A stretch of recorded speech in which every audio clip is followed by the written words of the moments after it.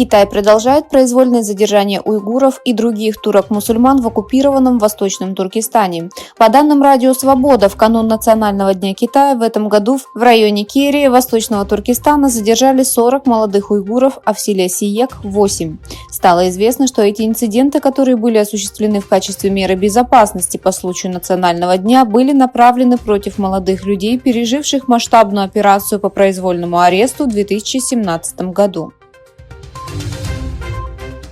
Китай, который вышел на первый план со своей практикой геноцида против уйгуров и других турок-мусульман в оккупированном Восточном Туркестане, стал кандидатом в Совет по правам человека при ООН. Более 80 правозащитных групп призвали Генеральную ассамблею заблокировать участие Китая в высшем органе ООН по правам человека. В совместном заявлении правозащитные группы обратили внимание на ужасающую ситуацию с правами человека в Китае и разоблачили нарушение прав человека в Восточном Туркестане. В мае 2022 года Управлению Верховного комиссариата ООН по правам человека был представлен ограниченный доступ в Восточный Туркестан, который сопровождался правительственными чиновниками без возможности разговаривать с задержанными уйгурами или их семьями.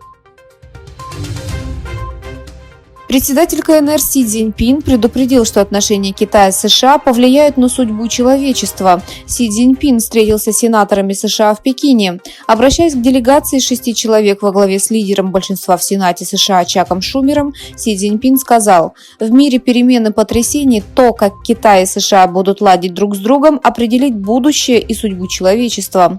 Шумер, возглавлявший делегацию США, сказал, что две страны будут формировать это столетие вместе, добавив: «Вот почему мы должны управлять нашими отношениями ответственно и уважительно». Продолжаются последствия операции «Аль-Акса», начатой в субботу организацией «Хамас», контролирующей сектор Газа против Израиля. После начала операции иранские СМИ заявили, что они не причастны к терактам и поддержали спонтанное нападение «Хамас» на Израиль. Российские СМИ обвинили США в эскалации напряженности в регионе. Что касается событий в регионе, китайские СМИ уделили особое внимание тезисам палестинской стороны, а индийские СМИ – тезисам израильской стороны. В этом году доклад американского аналитического центра Freedom House «Свобода в сети» был опубликован 4 октября. Китай снова признали ведущей страной в мире по ограничению свободы интернета. Доклад показывает, что глобальная свобода интернета ухудшается уже 13 лет подряд. Именно так обстоит дело в Китае, где свобода интернета находится на низком уровне в течение 9 лет и становится все более затруднительной. В докладе, опубликованном Freedom House, исследуется интернет-среда и уровень свободы в 70 странах мира. По шкале свободы из 100 Китай занял предпоследнее место. Казахстан объявил, что готовит новый законопроект о поощрении использования казахского языка вместо русского в СМИ. Хотя официальным языком является казахский, признан также и русский язык и широко используется в стране с населением 20 миллионов человек. Законопроект о СМИ предусматривает увеличение доли государственного языка на телевидении и радио с 50 до 70%, сообщила журналистам столицы Астане министр культуры Аида Балаева.